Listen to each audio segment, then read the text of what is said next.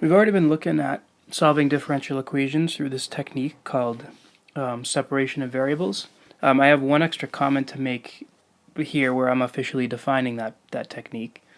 And then we're going to get into exponential functions because those can be solved by using separation of variables. So a differential equation of the form dy dx equals f of y g of x, where those are being multiplied, is called separable. And that's because we can actually write that in the form 1 over f of y times dy equals g of x times d of x, or times dx rather. And then again, we know that we solve by anti-differentiating.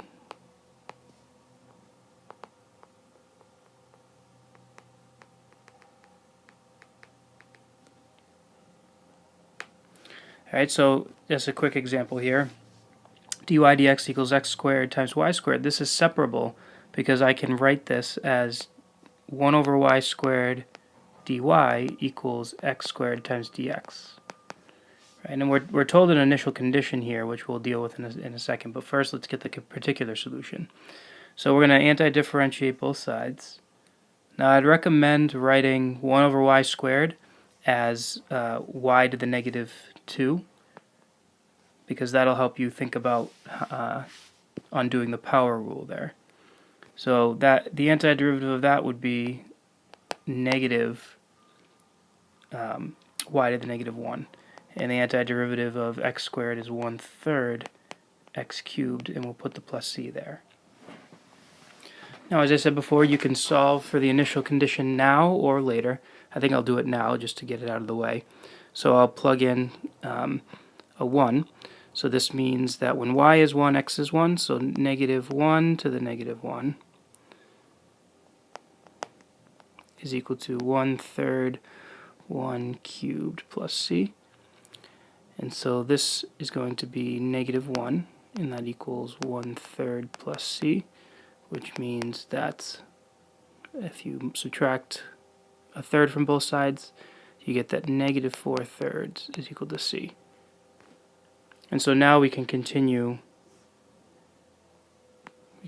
solving this by viewing it as, now I'm going to write it as negative 1 over y, and that's equal to 1/3 x cubed minus 4/3. Alright, now our goal is to solve for y. So I might multiply through by 3 just to clear those denominators. So I'm going to write this as negative 3 over y equals x cubed minus 4.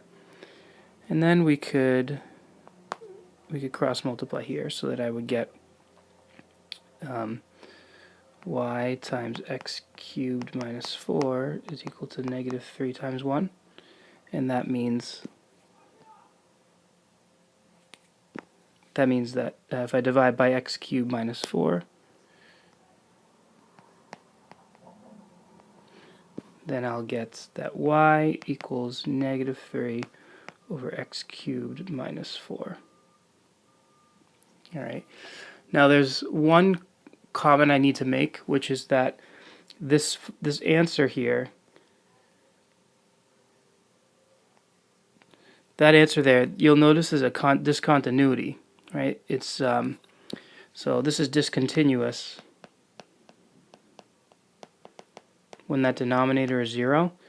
So in other words, when x cubed minus 4 equals 0, or when x cubed equals 4, or when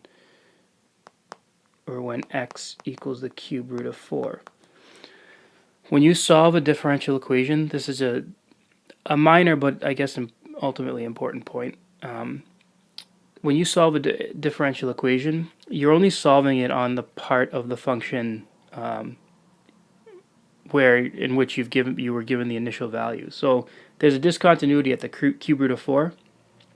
We solved this differential equation at the point, using the particular or initial condition x equals 1, y equals 1. So I need to indicate this is only valid. This is only valid on that on the interval for which your initial condition was given. So this is only valid on the interval cube root of 4 to infinity. All right, so that's a minor point, but it's when you solve a differential equation and you're using an initial value to get the particular solution, technically the answer you get or the function you get is only valid on that interval, whatever interval the initial condition was given. All right, so just something to keep in mind.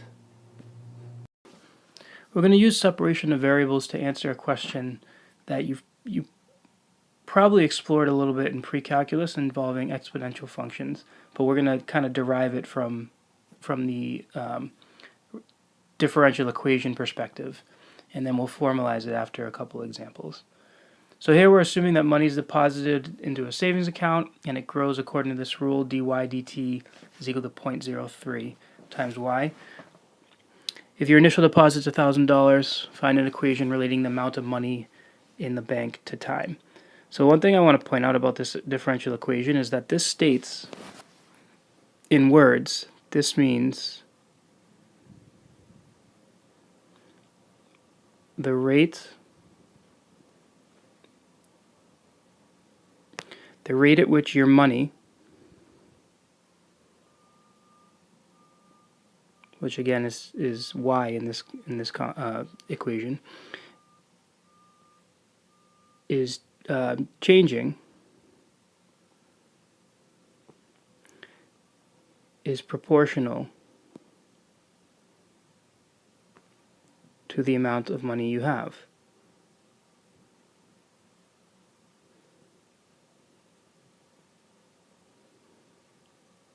Right, so the rate, I could say the rate of change, that's dy dt, the rate of change at which your money, the rate of change of the amount of money you have in this bank is proportional to the amount of money you have. That's what the 0.03 times y means. That means it's proportional.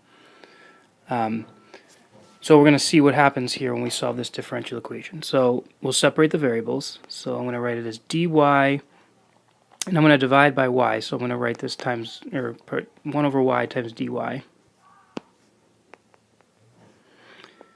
And I'm going to put 0.03 and I'm going to put the dt there. You could bring the 0.03 down with the y, but I'm going to leave it out over there with the dt. So the antiderivative of 1 over y is natural log of the absolute value of y. And the antiderivative of 0.03 with respect to t is 0.03t plus c. Now I'm going to this time wait to solve for the initial condition until afterwards. I'm going to use the definition of log. So e to the 0.03t plus c is equal to absolute value of y.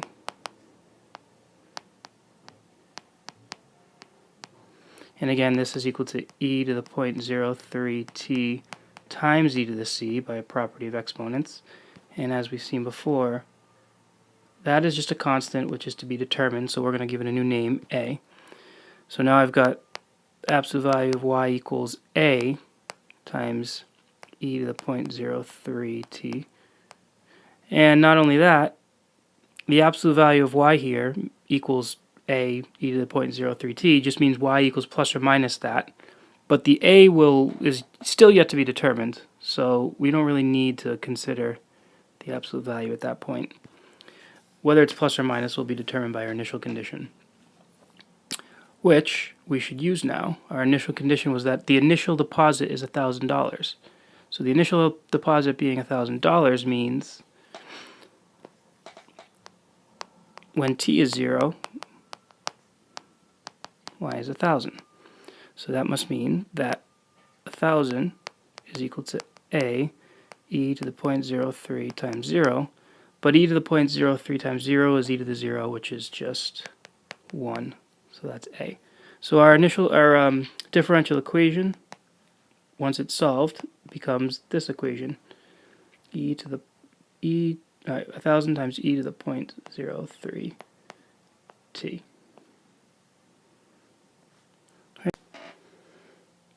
So the result here was that we got an exponential function. And you're going to see that anytime that our y changes at a rate proportional to the amount present, then the resulting function is going to be an exponential.